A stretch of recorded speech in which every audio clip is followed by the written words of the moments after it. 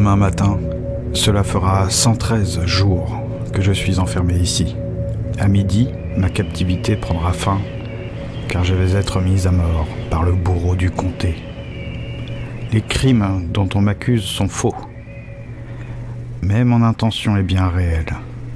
Non, cela ne sert à rien de le répéter. Combien de fois depuis mon arrestation, et avant même, ai-je pensé cela ?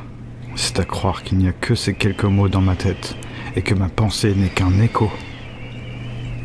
J'ai besoin d'une idée nouvelle.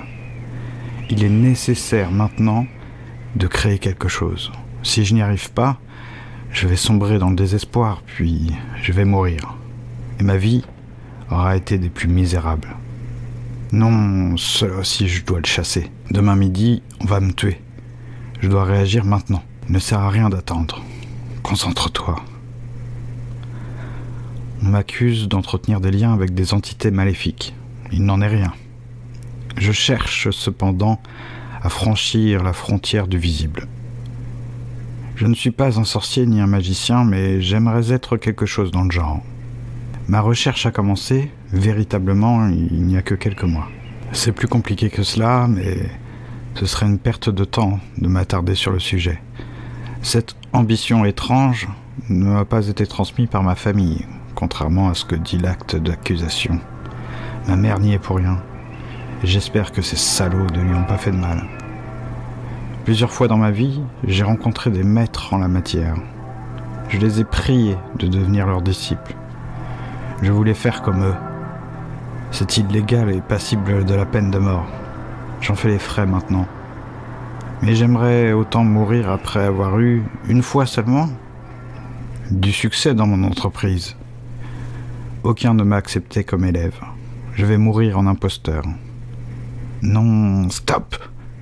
Je dois faire fuir ce genre d'idée. Pourquoi je me rappelle de tout cela? Il ne sert à rien d'y songer désormais. Enfonce-toi bien ça dans le crâne. Je dois bannir de mes pensées tout ce que je sais déjà. Voyons.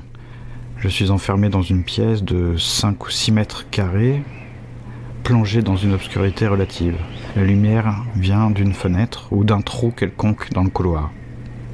Je n'ai rien vu du trajet car j'avais été assommé. Je me suis réveillé ici il y a 112 jours et bientôt... Oui, on sait tout ça.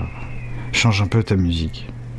Je suis vêtu comme hier, mais on m'a retiré mon ceinturon de cuir et mon manteau. J'en aurais besoin pourtant car l'air est frais et humide. Il doit être 2 ou 3 heures. Je n'entends aucun bruit superficiel. Je ne vais pas attendre le lever du soleil. Je dois m'y mettre maintenant. Voilà. Je m'assois. Le sol est froid. Respirer. Je dois appliquer le fruit de mes recherches à l'instant, où je vais mourir dans quelques heures.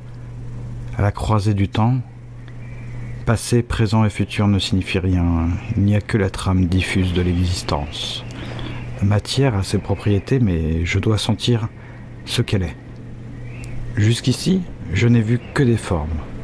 Je dois m'en défaire. Voir au-delà des formes. Aucune frontière, aucun mouvement, rien. Je ne fais qu'être. Je ferme les yeux et c'est un spectacle bizarre. Des couleurs, des formes géométriques.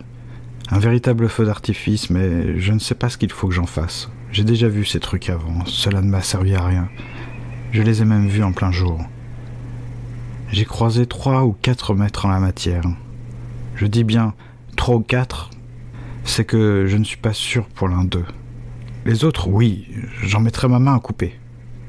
Le premier a dit quelque chose comme le multiple et l'un, c'est la même chose. Le deuxième a dit être et devenir, tu dois considérer que ce n'est pas différent. Le troisième a dit le corps et l'esprit, c'est la même chose. Le quatrième a dit la vie et la mort, tu ne peux les distinguer. Ce sont leurs seules paroles, mais ils ne m'ont rien enseigné. Pensez donc, cette discipline doit connaître ses potions, ses baguettes magiques, ses pentacles et ses formules. Je ne sais rien de tout cela. Les formes géométriques ont disparu, ainsi que les couleurs. Qu'est-ce que c'est? Une brise printanière, du givre et du bois. Il fait jour et on dirait des flocons. Des flocons de lumière tombant sur un plancher au milieu d'un carré d'herbe. Je sens qu'on me saisit par les bras et qu'on me maintient d'une manière ou d'une autre. Au moins 2 personnes me poussent au milieu des planches. Je suis au milieu d'une cour, d'où l'on me regarde, et je ne distingue pas les voix qui s'élancent vers moi. Je n'entends que le craquement du bois et celui d'une corde au-dessus de ma tête. Brise au printemps, flocons poussés par le vent, vers 1000 chemins. Ce jour-là, j'ai inventé mon premier sortilège. Cela fait 337 jours que j'ai échappé à mon exécution et je consacre ma vie précaire à la création de ces compositions qui mènent à ces 1000 chemins.